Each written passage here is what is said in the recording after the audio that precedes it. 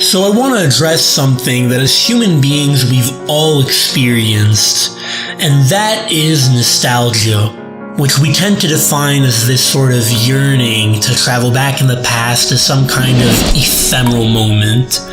You hear a sound, or you see an image, or you smell an odor, and boom, that nostalgia just starts cascading down in front of you. It's this very bizarre feeling where you recall a past experience and you have this oxymoronic sensation of distance and proximity. Because whatever it is that you're reliving or that you're trying to relive happened in a time so far away, but yet it feels like it happened yesterday or even this morning. And that's so overwhelming because mentally you're traveling with such alacrity and haste to a place so exotic and superb that past. Perhaps a family picnic when you were young, or your first kiss when you were in love, or maybe just a night spent with friends watching Game of Thrones. So mentally you're in that magical place, but physically you're in this horrendous state of paralysis contained within the bounds of your own measly little body, only able to go where your legs will take you. And when you start to realize this indubitable fact, the idea that you cannot travel back, that's the sort of pinnacle of this nostalgic experience.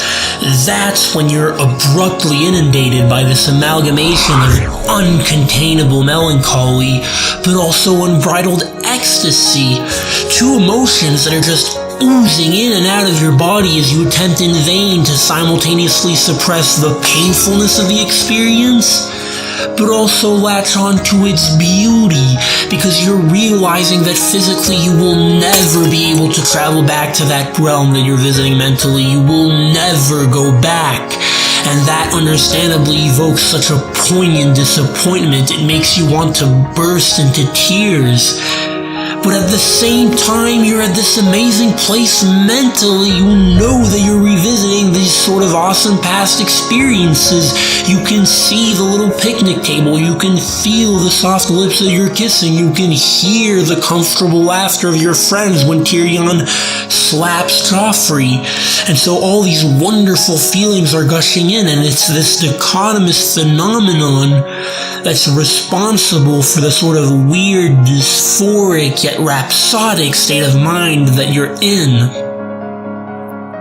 But you have to remember that nostalgia is a seductive liar, as George Ball once said, because after a while of bathing in this sort of spiritual jacuzzi of nostalgia, you might convince yourself that the past was better than the present. You know, the grass is always greener, and you might want to go back. In fact, you can try to go back, you can try to fight, you can try to bend the very laws of nature in order to virtually teleport yourself back in the past, but you're not going back.